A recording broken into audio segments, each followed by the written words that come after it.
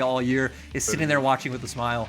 Just note to our chat, our audience who may be tuning in now for the Game 4, EDG on match point, but blue side has won every single game in this series. And if that trend continues, we are going to a Game 5, but too early to tell when draft has been a bit of a giveaway so far. I think it's also important to note that FPX now on this blue side don't have the Hecarim that's been the go-to, but Udyr has been the response in most cases.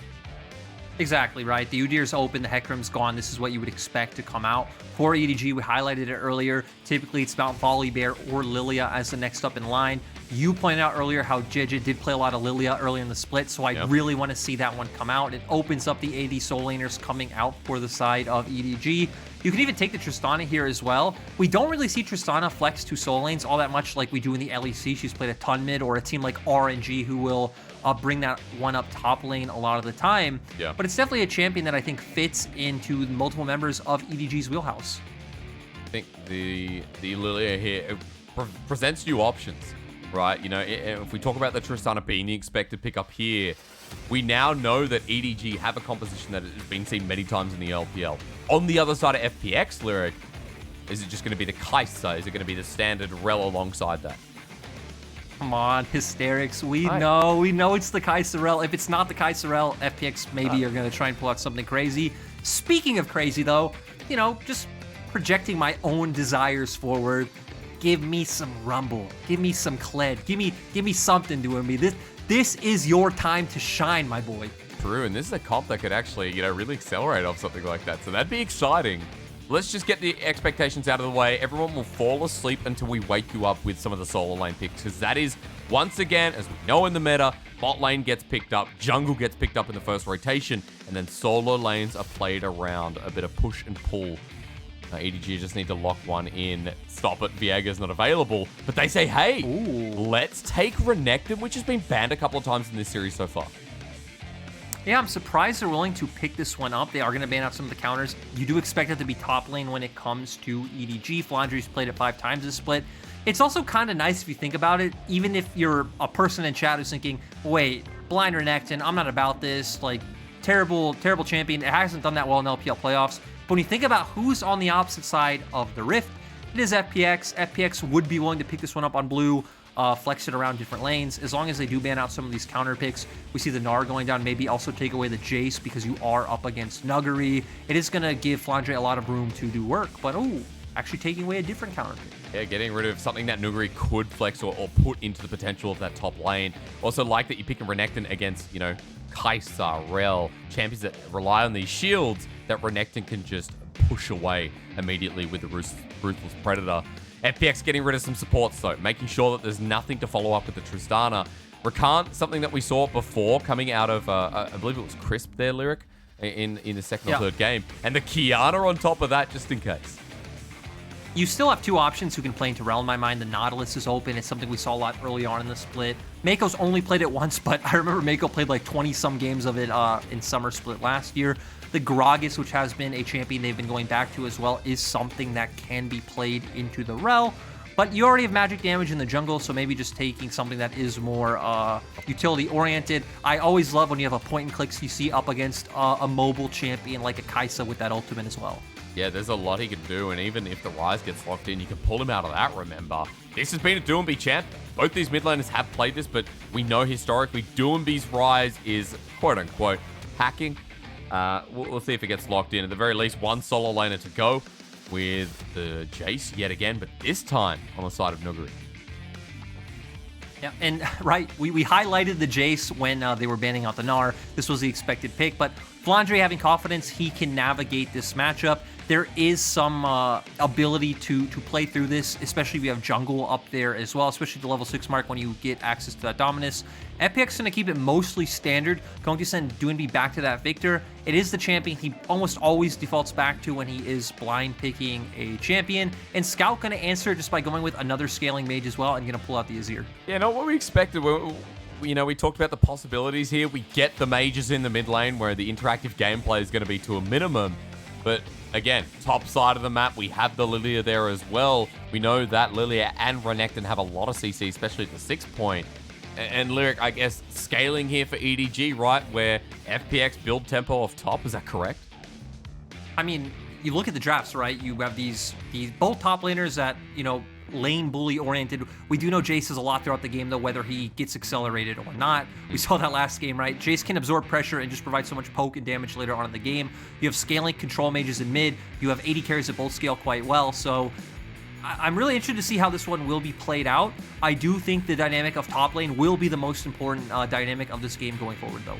Nuguri going up against one of the LPL top laners. When you look on the other side of the rift, Flandre has been the bread and butter for the LPL. You may not know him because he hasn't hit the international stage, but Flandre was on Snake for 5 years. And in those 5 years, that man who was just on your screen before, he had never missed a game, never subbed out. He was the standing top laner for that team. And on EDG, he's been coming in as all class.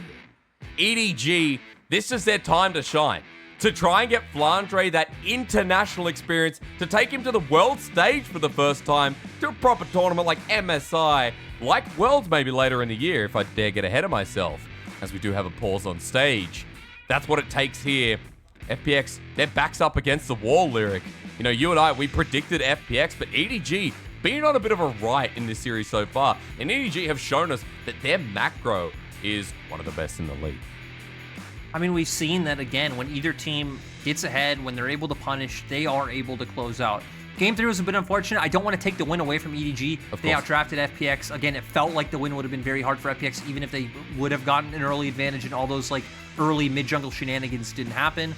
But yeah, EDG have come out, again, with, I'd say, solid drafting throughout the whole series thus far, solid game plans, and going into this game, again, we're seeing Scout now on the Azir. It is a champion he's quite proficient on, and it's going to be a change of pace as well, because we've really been seeing Scout pop off on these champions that do have more agency than what Azir offers. And that's right. It's been, the Silas we talked about, the Kiana we've already seen, those big champions that, have a bit, to use that word again, agency, and that we're able to pop off in those skirmishes, those fights.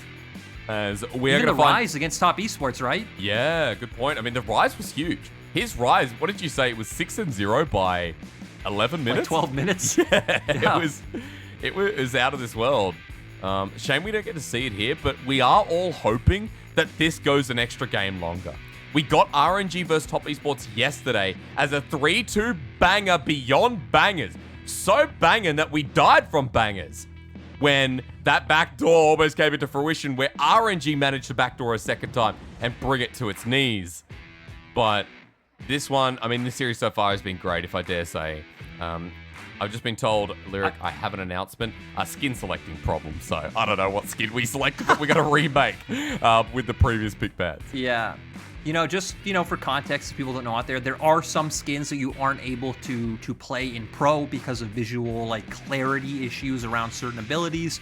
Not quite sure what that skin could be, or if that is the specific issue, but I do remember from my time team side, it was, you'd be given a list of skins that you aren't able to pick on stage. So it could be that. What's the current, top of the list, right? Because I think Penguin was casting one time, and he knows the list quite well. Can you give me an example if you remember one? I think the one off the top of my head that I remember is one of the Ashe skins. Oh. I can't remember which, because I don't know names of skins. But Yeah. there's one Ashe skin that has really hard time seeing the Enchanted Crystal Arrow. And at least that split, I remember that was the one that stood out to me. Yeah, I know that at one point, early in the days of Celestial Project, Ashe, maybe? Yeah, maybe it is. I know the one you're talking about. It's like a green arrow or something. No, it's almost clear. Oh, is it? Okay, well, even worse. I know, Disco Nunu's been banned for years as well, if anyone's ever seen that skin. On a more serious note, as we're looking across the crowd, it is great to see the support coming out. Now, we can't hear the gyos, but that's luckily that, our chat, our Twitch chat, our YouTube chat can hear the crowd and the energy there. In the past, EDG have one of the biggest fan base. We know that the Piggies exist. If people don't know who they are, they're the Clear Love fans. They spam 7, and, they do call themselves Piggies. And EDG in general has mounted a fan base over the years since they debuted in 2015 spring. It is, again, both these teams having massive fan bases, but it is kind of a nice dynamic where It feels like FPX have also done a really good job specifically cultivating a Western fan base. Feels like a lot of that obviously off the back of Doinby's personality, of his dancing videos being put out, with his interactions with Western pros. And it feels like this is a time to highlight as well, just one more time, the loser of this series is not out of playoffs, guys. The loser of this series will go up and play against RNG the day after tomorrow, 2 days from now, April 13th. So there is still a chance if you lose. I think a lot of people would assume maybe the team coming off this series should be considered the favorite. FPX right now, 2 games down. 1 game down, I'm sorry. Did just 3-0 RNG not too long ago. So it'll be interesting to see the dynamic of more prep time given, because you think about it, right? RNG right now are sitting at home, they're chilling, they're watching this, they're being able to absorb, to where if you're FPX or EDG, you lose this, you have tomorrow to prep, and you go into the next series. So that's always something to consider when you go into that lower bracket, right? To where, hey, you know, that other team lost, they did play another best of 5, I'm sorry, but they also technically have, 2 days to prepare as compared to 1. And further to your point, while new people just come in, ladies and gentlemen, we do have a delay because a wrong skin was selected, or rather a skin that that created a problem. Pick ban is being remade. It's exactly the same as we saw it. But just further to your point on the conversation, just remember that, the second chance as well, while RNG get to prep, if it is, FPX or EDG that go down into the lower bracket, they get a second chance at the winner of this series.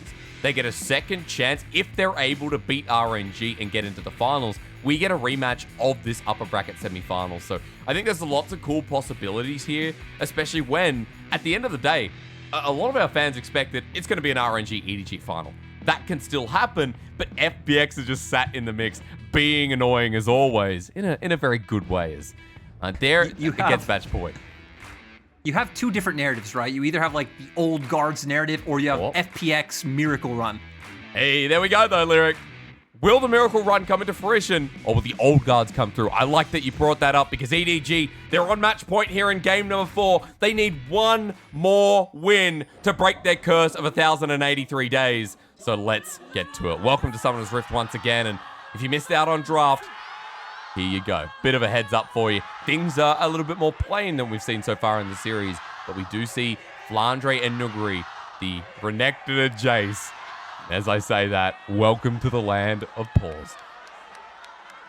We are back. I think one thing we can highlight that we did see on our screen still, right, is that JJ did go towards the Phase Rush rather than the Predator. So, Phase Rush, in my opinion, is a lot more of a team fighting and skirmishing rune, so you can weave around the fight, as compared to Predator, which I think gives you a lot more access to early ganks and kind of gives you the same role as what a Turbo Chem tank would provide, an Udyr or a Hecarim. So gonna go that more skirmish team fight, kiting in and out of the fight route.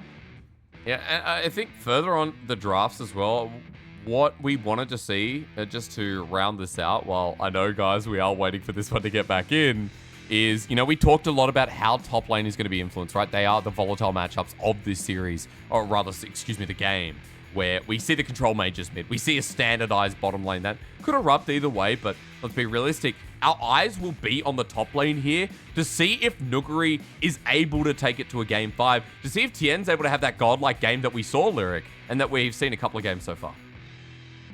Yeah, definitely true. It's going to be... the thing I'm most curious about, right, is the fact that we're saying, hey, you have this top lane matchup that can be influenced. It's going to be volatile. Renekton has the kill pressure options available if you can outplay, or if you can find the 2v2s, because Renekton's much more... much better in early skirmishes with the CC that he can provide, with the fact you already have bursts coming out from your jungle, and you have the mixed damage in the AP and the AD. But we've largely seen EDG leave Flandre on an island. Not even just this series. Yep. In a good majority of series this split. Right, it's all been about the mid lane, the bottom lane here for EDG. Nuguri on your screen moments ago. I know people flaring the raccoon, I'm sure. And I've been told that the reason we have a bit of an issue here is that LWX has an audio issue, so that's being rectified as we speak. So we'll wait for that one, give you any more updates as they come through. And I know the player's pretty angsty to get into this game, whether it is a final one or not. That's a good point, Hysterics.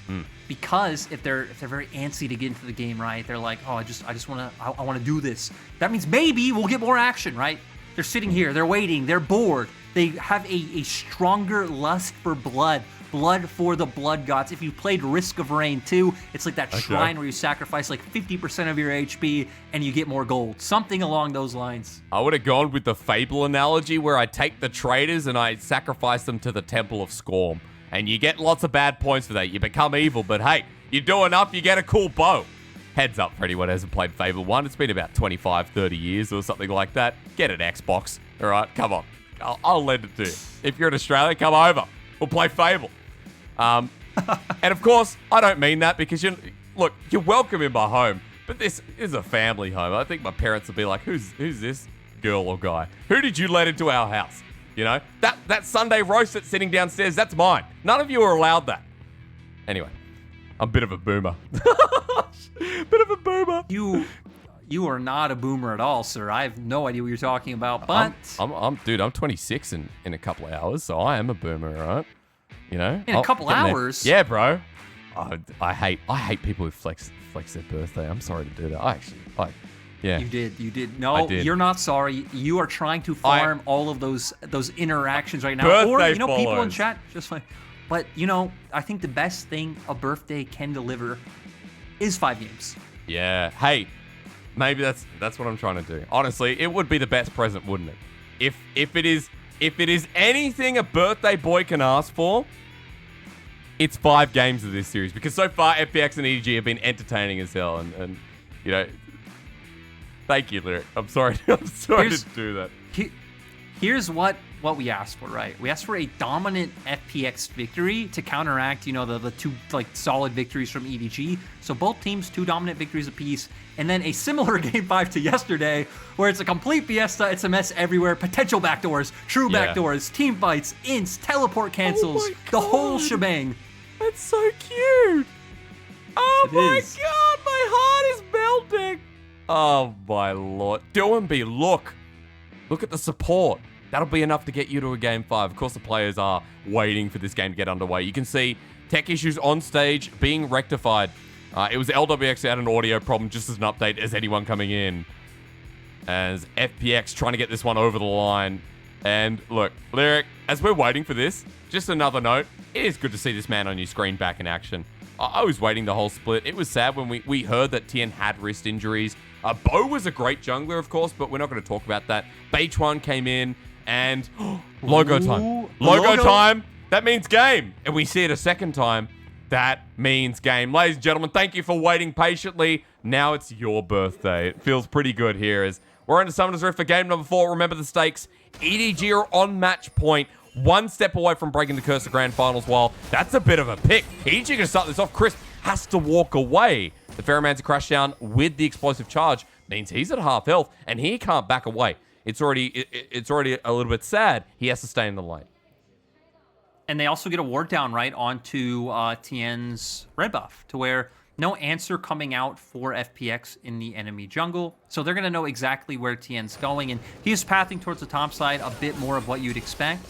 While we look at the bot lane, Viper and Mako should be able to get control of the wave. Should be able to force a fast level 2 as well. Crisp and LWX going to be feeling a lot of pressure. Yeah, that's straight onto the backline minions here for Viper and Mako, so that'll be quick. Well, LWX and Crispy mentioned with the start onto the red buff. It was spotted out as well, so EDG with the deep ward was quite nice after getting some damage down onto Crisp. He, of course, is healed up, but I believe he's used one of his pots to do so Crisp at a small disadvantage. While towards mid lane, bit of trading back and forth here with Comet Azir. But Lyric, this is the lane we wanted to talk about. This is the lane it comes down to with Nuguri versus Flandre. But the thing is, right, JJ is pathing towards the bot side, so EDG going to go back to the standard game plan of saying, hey, Flandre, you're on your own, buddy. Do your best. You got this. And again, Flandre's done a phenomenal job at doing this, not only all series, but all split long, finding a way to have massive impact and do massive damage like in the last game. And your bot lane already got a little bit of an advantage in that chunk early on, the pot advantage that you mentioned. They got level 2 first. They forced in the wave. So both junglers going to full clear and get their Scuttle Crab where they have push. Well, that bit of damage onto the turret as well is another benefit. You talk about the junglers opposite sides of the map now. I do like, Lyric, that you started here by mentioning JJ's going to the bottom side. What we know about EDG is that even if a topside matchup is volatile, they will not look towards Flandre in most cases. So JJ here just farming away while up in that top side. Look at what Nuguri's doing to Flandre. Already pushed in, is going to ignore this engage in the bottom side in the meanwhile. Bit of trading back and forth, but that's 19 to 6 CS with a wave crashing it. He's done a good job of, again, abusing the range versus melee matchup and trying to deny him getting off as much damage as possible. Ooh, Scout, I'm surprised, already covering for his top laner. Will have push early on in this matchup as Azir. Typically, you see a lot of Azir lanes play out is utilizing your mana pool early, trying to get off an early reset into maybe a lost chapter around the 6-minute mark. But the thing is, I don't expect us to see... Oh no, Chris face checked. He's like, are they there or not? And they just got cheesed in the brush. You know, Asterix, I was just going to say, I don't expect us to see anything happen in bot side because they probably aren't going to be able to pull off a 3-man dive. You're not going to see a 4-man dive come out unless Scout tries to utilize a TP, but FPX would be able to match. And then, like you said, the face check comes through. Crisp goes down. Viper, 1 kill at 4 minutes, already has a pickaxe.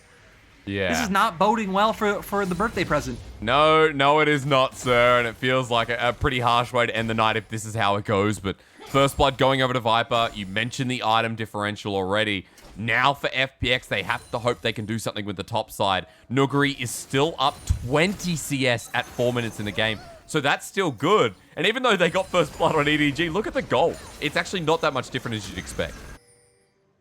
I mean, right, it goes all up to that top side differential. Chris might be caught out again. He does have flash, though. Yeah, the Ferromancer Crashdown needs to be used. The flash burnt, but is he just dead over the wall? God. Viper follows, double rocket jump, and Viper's tearing the walls down of EDG. Nuguri TP's in to try and hit Scout, but JJ is going to sandwich him. Mako's looking for an escape path that might crash with Nuguri. He gets locked down. He's cornered as well, and they're just going to turn it back here into the choke. This is where FPX need to fight as JJ 1 hit away. He flashes. Scout as well burns his own flash, and even though FPX lost their top laner, they hit back pretty hard.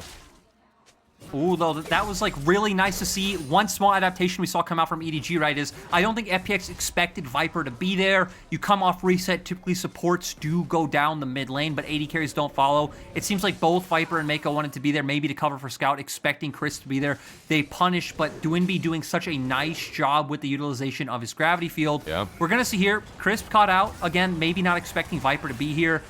Doesn't need to go bot to answer that wave. Does get off the charge for the explosion, which allows him to get another rocket jump coming out. Scout gonna back off, but Nuguri does TP in. JJ is here to cover. It looks like they have the wraparound onto Nuguri. But again, the other members of FPX are here, and look at that gravity field coming out from Dwinby. Nuguri does ultimately end up going down, but still at least they're able to pick something up on the back end. Yeah, at least they were, but, you know, Lyric, I was trying to be positive there about FPX. I have to remember that Nuguri lost a lot of waves top. Flandre might still be down in CS, but he caught up some of the disadvantage that he had before, so... For EDG, 600, 700 gold lead. They now have a dragon. Viper is 2-0, and JJ has his first kill of the game with Lucidity Boots. So FPX trying to funnel in through this top side, but EDG still in a comfortable position in this early game. And I really like how Scout's playing this, right? Constantly hovering up towards his top side. He's not going to let Flandre fall too far behind. He's going in against the wall, sends Tien out. He's going to get poked down, smite down for the heal, but look, Flandre is going to tunnel down, waits for the Emperors to go down, but Nuguri's trying to hit Flandre to keep Tien alive. He's kiting away. Will the gap close be there? No. He walks it out while Flandre has to disappear. With the ulti, he gets helped out, but Nuguri using that advantage. The lilting lullaby is available. It'll come down onto 2. Tien comes back in while the flash away from Nuguri to keep him alive. Onto Flandre. He's out as well after his flash. Now onto Tien. JJ is spinning like crazy. Goes back in. The stun there. The help from Nuguri. But is it enough? JJ has enough mana. Tien walks away. And this is the real Monka W situations going on. I can't believe that EDG were able to turn that around for another kill. JJ throws out the ultimate. Really clean flash coming out from Flandre, making sure he doesn't go down, with JJ being able to pick up that kill with his W. But that was all over the place. I honestly hope we get a replay because I was focused on Scout at the start of that fight. We see him going with the ultimate, pushes Tien back. But we saw that Nuggery either engaged on Flandre or Flandre engages on Nuggery. Flandre gets chunked out. Actually tries to walk around the aggressive way at first. So Flandre not only takes a Q, takes a couple shots of autos with the W as well and the E. So Flandre wasn't able to follow up and secure this kill in time. Tien, though, really nice sidestepping, avoids the Swirl Seed. Flandre chunked super low. Right now, Scout in a really bad position, doesn't really have anything left available, so they're able to pick up that kill. But from here, I thought EDG would just back off. Sure, Tien is low, but it's still technically a 3v2. They go in, Flandre lands a W, flashes out immediately, so they get 1-2 answer. Look at JJ's scoreline. Yes, FPX gets something, but JJ's scoreline yet again. 2-0 here on the Lilia pick that he's done well on through the spring split. He's building up his item pretty fast as well, while for EDG, gold may not be in their favor anymore. It's in fact even, but let's just note what we're working with Viper still in a bit of a lead. On the side of FPX, Lyric, 30 CS lead in the top lane. You're saying, okay, good, that's still happening while Flandre charges, gonna get pushed off again. Luckily for Flandre, he does have plated steel caps now, so he is weathering that storm quite nicely. We've seen that Scout has been hovering numerous times, but FPX going to play out through their top side control. We haven't seen EDG able to do anything to answer. Bot wave is going to be neutral, and we see Viper and Mako heading up. WX a little bit behind there, Lyric. Flandre's level 7 without flash, but he has the dominance. Nuggery trying to push him off. He misses the shock blast combination, and that's quite large. EDG here first. You mentioned Viper walking into the river. Tien now trying to hit the Herald and get off a steal, but EDG have grouped on up. They need to hit the eye. Tien's there, steals it down, but is it worth it? He's going to get bursted down shortly. Flashes over the wall with a lilting lullaby. It won't tick him down. Now they've got a zone control wall over the wall. Nuggery gets sent by Scout. Is it worth his life? Because it almost costs it. While Viper jumps through as well, but LWX says, yoink, I'm out. It'll cost 2 lives, but maybe they can get a trade. Onto Mako, the jump down. The flash is there. And EDG escape after taking 2 lives. That was played on a knife's edge by EDG. I can't believe Scout made it out of there still. FPX were the ones who were able to pick up the Herald. I thought maybe FPX would be in a better position coming in because Viper didn't have his flash at the start of that skirmish. LWX did. The only people missing summoners on the side of FPX was Nuggery. Shouldn't matter too much, right? He's playing in the back line. He's throwing out accelerated shock blasts. We're going to go into the replay. EDG do force FPX off. FPX feel comfortable to walk in, but we see that Crisp doesn't have an angle to go in. Really nice gravity field, but Viper actually zoning them off, uses the ultimate to push them away, and then Scout here finds the Shurima Shuffle, pushes Nuggery into the other members. Just by a sliver of health gets out. Viper ultra aggressive as well. W is in. And again, Viper was one preventing LWX and Chris from being involved in that play. Use that ultimate to force both of them away. Yeah, he's had some really nice plays so far, right? And even though LWX will get the Herald in the end, remember, this isn't the bot lane that's always getting pushed in. Top lane that it feels like you want to put this Herald down. Because Lyric, Viper, at the end of that play, he got another kill. He's almost towards the mythic item. JJ picked up one as well. And these two are going to be putting out so much in the damage numbers department. And again, we just keep looking towards this top lane for FPX. Things have been bloody. Things have been back and forth. There may not be a really firm gold lead, but in Game 4, where EDG are a match point, they're bringing out all the stops with now some big carries on board. The thing is, though, FPX aren't that far behind. Nuggery's still massive. Yep. Once we get into the stage where we are starting to group up, right? We saw last game, those accelerated shock blasts hurt. Well, see, almost there. Is Doomby actually going to get shuffled back into his team who are coming on in? Doomby has to go on a bit of a journey, but where do you go if you're the victor? Scout will push him over. JJ flashes just to stop wasting time. Doomby in a choke, doing a good job, but gravity field won't matter. JJ walks past it. Scout gets the kill. Meanwhile, FPX with the Herald drop in the bot lane. FPX trying to respond as best they can. Nice play coming out from Scout. Doomby tried to waste as much time, but TP coming out from Renekton. And that's a double TP. Scout's there as well. He's already used the ultimate. Look at the damage. LWX has to use the Killer Instinct. Magnet Storm there from Chris, who flashes anyway. The crash down, but the knock up thanks to the depth charge. And he goes boom. 4-0-2 on Viper. And EDG are pushing the tempo. I think it's the right call by Flandre, right? You're not going to be able to do anything on the top side. You're just going to slowly bleed out and lose this turret regardless. They've sent many members down towards bot lane. They secure some kills, so they're going to secure the dragon as well. I'm not quite sure how low the turret is. 3 plates still left, so EDG shouldn't be able to secure this one, but still making the most of their situation top and influencing the rest of the map. That's a really good statement. Making the most of their situation.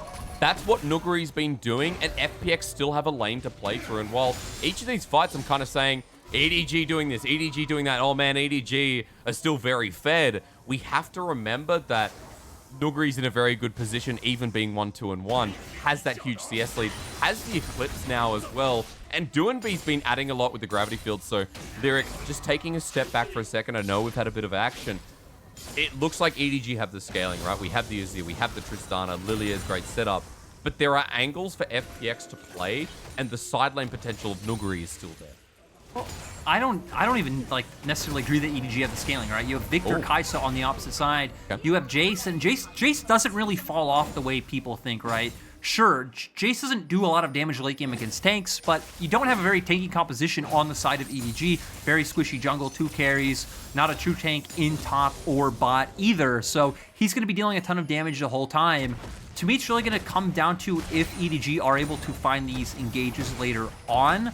It's very weird, right? Because both teams have like AoE that they can do well in chokes. I would say I slightly favor FPX if we come into chokes because of that gravity field, because they're going to take accelerated shock blast to the face. Maybe in a more open environment, EDG will do well. And I feel like a lot is going to come down to if JJ can find clutch swirl seeds or sleeps onto numerous members for Viper and Scout to pop off. He has in the past. I think JJ's been one of the best in the league, so leave it to him. I like that you bring up it's not just pure scaling. Well, I'll put that out of my brain for the time being, Lyric. I think when people see Azir and Tristana be included, we think, oh, scaling advantage right there. But how the comps interact with each other, you've just been taught by Father Lyric. So take that to the bank. Put it in. Remember that, ladies and gentlemen, here in Game 4, not cut and dry. Gold actually in FPX's favor now that we've come out of our conversation, and it's because these turrets have gone down in the side lane, Lyric. FPX have the gold lead for the first time in this game, and remember, the early game gold lead has translated to so much within this series, as well as the blue side having a 100% win rate. So for FPX, 1,000 gold on board. They are getting towards those first mythics, and things are closer than they seem to be. One thing I want to keep my eye on is if either of these teams go for a cheeky Baron. I think especially on the side of EDG, right, when you have Leandri's coming out on Lily, you have Azir, you have Tristana. Like, there's always going to be potential where if FPX overstep on, you know, the bottom side of the map, EDG just turn to that objective and burn it. Just look at the DPSs. You know, pause. I also just realized we are still 4.5 minutes from Baron. I'm getting a bit too far ahead of myself. But I know you're looking ahead, Lyric, as Swellseed narrowly missed, rather. Flandre, look at his position, though. FPX going to the river. That's a great Magnus Sword, but Flandre, he's going to zone out LWX, but they get Jet. Is that a good response? Chris goes down in the meantime, while Scout picks up the kill, and Nuguri TP's into 3 people. Almost gets caught by Mako. Doinby sent backwards. Viper jumps on top, but now it's up to Nuguri. Flashes over to the skies. He shouts with Tien into the backline. Onto Viper. The damage enough. Nuguri's there. The follow-up is huge. FPX have cleaned house. And FPX are going to be able to turn this into an objective. They should get the Rift Herald. They're going to put pressure down on mid-turret. And that fight even started off our screen, right? When we got to the fight, okay, we see Jeje getting caught out, but Doinby was already low from what looked like a 1v1 with Viper. And then both teams kind of pushing forward, right? Scout goes in for the stream of shuffle onto Doinby, gives up his own life in exchange. Nuguri then, still full HP, feels comfortable of flashing over the wall. And now FPX extending this gold lead out of nowhere now, sitting at almost 5k. But we're going to get into the replay. I really want to keep my eye on what happened to Doinby. Yeah, Viper actually off our screens just jumps on Doinby. As we see here, Jeje gets caught out. We do see that the dredge line did miss from Mako. Chris taking a lot of punishment on the way out as well. So just ends up being a 1-for-1 to start. But this is where Scout goes in, thinks he can take down Doinby. They are going to be able to do so with Viper jumping in. But with Viper doing that, he also has to flash over the wall.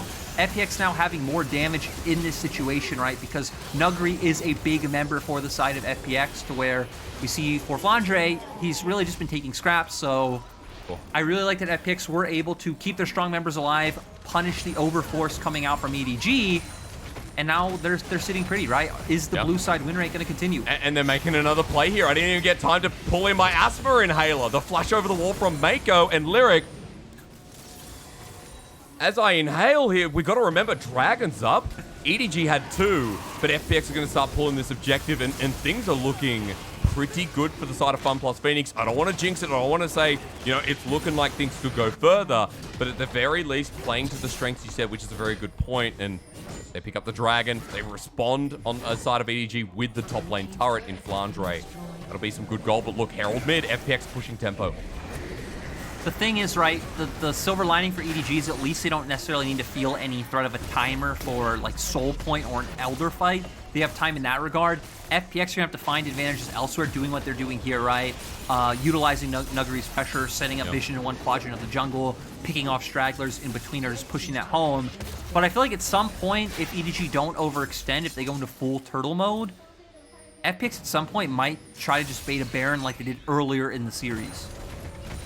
Ice damage, Victor damage, everything in an AoE, Nuggery's damage as well. It's already been talked about. EDG have a fast Baron, but FPX do as well. Dragon's been taken, resets here from FPX, and I'm very curious about Nuggery's items. At the moment, we are getting a yogurt commercial. I'll move forward. 2.5 items. Manamune picked up, serrated Dirk there as well. This is big man with big gun, and I'm also going to point out that LWX has the Collector, so these are very big AD carries. They're going to do a ton of damage, especially to how we highlighted that EDG's comp isn't that tanky. Still, EDG feel comfortable forcing this fight. We look at where Doinby is on the map. He's on the top side. Looks like he's wrapping around, but EDG already getting out of here. No objective up on the map, so not much action really expected to happen. EDG controlling mid-wave, so they're going to try and get control of top side river. Baron will be spawning in 30 seconds, but again, I think for the side of EDG, they're gonna chill out a little bit. I think FPX as well. Both teams are kind of happy catching waves, trying to establish some sort of priority in the side lane. And at least just controlling vision for the time being. You know, that ebb and flow we see around Baron vision, where people put a ward down, back away. Enemy team will come in and, you know, reset after reset. At the moment, Scuttlecrab controlled here by FPX. A cheeky little ward in the back. I think that control ward's something that may be mentioned in the past. Actually, control ward in the bottom side in the split pushing lane, you can see from EDG. And also one towards the Baron, guys. Up towards the blue buffs. So very cheeky wards by EDG that can be used for a flank angle for people like Scout, people like Flandre. And EDG right now should just be waiting out their summoner spells to come up. Viper and Flandre's splashes are almost there. Definitely don't want to force anything in the meantime. So to me right now, all the onus and proactivity options are on the side of FPX. We already highlighted just keep doing what you're doing, pushing out these sides, potentially looking for picks in the meantime. It looks like they might even try to force a Baron, maybe just try to force out Flandre's TP because Nuggery's already here. Now, they forced the Baron in game number 1, and it ended in a disaster. FPX are committing on 5 people. Over the wall, they have to play this safe, but Crisp is pulling off. 5k for now. Are they continuing? FPX are pulling it down to 2.5. Jeja has flash over the wall, but no level advantage. It's secured. He plays a 50-50, and Jeja's down. Flandre TP'd in the back of the pit. FPX are chasing. Mako drops down the depth charge. Viper sends him away, but FPX have 2. Lyric, I can hear Mark Z in my head right now as Mako gets stunned on down. He doesn't have to flash himself. He'll walk through the safety gates, and FPX take the Baron, take 2, and might take my heart. Happy birthday, Hysterics, because FPX are delivering. I'm surprised they bring it down to a 50-50, right? They have the confidence to do that. Sure, they have the members there. JJ still gets into the pit, but Tien wins out. And these types of bold decisions are what characterize FPX as a team. Still at a 6k gold advantage. We are going to go into this scenario. Let's see what happens with Jeja and his smite. Throws out the E. Just flashes in, and Jeja just wins out. And the level difference, I'm sorry. Tien wins out. Yeah, Tien wins out, of course. But then FPX pull the trigger straight away onto the core targets. And Lyric, Baron in hand, a 6,000 gold lead here for FunPlus Phoenix. Their backs were against the wall, and they've responded with this. Now, walk me through the Baron play and what you do with this Jace who's so big in a solo lane. I mean, for now, I like what FPX are doing. They're choking out vision in the bottom side jungle. They have Doinby answering waves inside. He always has TP. He doesn't really feel any threat against Scout solo, so as long as they know where Jeja is, I think he is totally fine. They're probably going to take this next Dragon. And I would kind of like to see FPX just play out through 2 lanes. I don't necessarily think you need to play out through all 3, because in this scenario as EDG, when you're the losing team on the losing end of this push, you kind of need to look to give up pressure somewhere, you know, maybe lose out on top or bot and all in, you know, mid, or if you're losing on top, all in bot, right? Look for a window where you could create numbers advantage by losing out somewhere else to at least find something. At least for now, it's not going to be that top side. Inner turret's going to go down firmly here to FunPlus Phoenix. As this goes down, look at the gold lead again, while Nuguri soloing out the Dragon. That's just going to be for the ability haste on these ultimates like the Chaos Storm, the Killer Instinct, even the Magnet Storm here for Chris Threll. But no further. FPX have used the Baron. They've got 40 seconds left. They've used that to also reset and pick up some more items, or at least get closer. I want to point out that Nuguri on the end of this trade, he's got the Serpent's Fang now, Lyric, an item that we've seen more is they're TPing. They're not going to settle down. They're like, hey, let's use the Baron to the full as he goes golden. Everyone's in. The burst down Viper's dead. Yeah, and now FPX honestly should just be able to start sieging down mid. They still have Baron. They still have the damage. I love it. They buy some more core items coming out. They have a 25-second window to possibly make more happen. That cheeky ward, I don't know who put it down, but it's clutch. Doomby in the side lane pushing in. The death timer on Viper, another 20 seconds, even less. Doomby's going to walk on in. Tien's there as well. Heading forward, a FunPlus Phoenix. They can feel the game 5, but they just need to control this play. That accelerated shock blast coming out from Nuguri doing so much damage. I love it. They're going back to playing that 2-lane setup that we talked about earlier. They should be able to guarantee at least 1 inhibitor. I think they should be able to get both. Oh, Flandre going in. He's into the backline, but look, the attractor repel from Chris. He gets in even better. LWX, Killer Instinct as well, and I think they've done it. FPX now going to get Flank Scout. He came out of nowhere, but the damage on Viper wasn't enough. He couldn't get into range. Scout's ulti was beautiful, but FPX do it anyway. And Lyric, get Mark Z on the phone. It's time to be woo-woo with FPX versus EDG. Oh my god, hysterics. 2 days in a row, and we go the full best of 5. You knew you had to expect it. Blue side continued the 100% win rate. FPX putting all their eggs in the Nuguri basket. EDG continuing the trend of leaving Flandre on the island. And at the end of the day, you know, you just love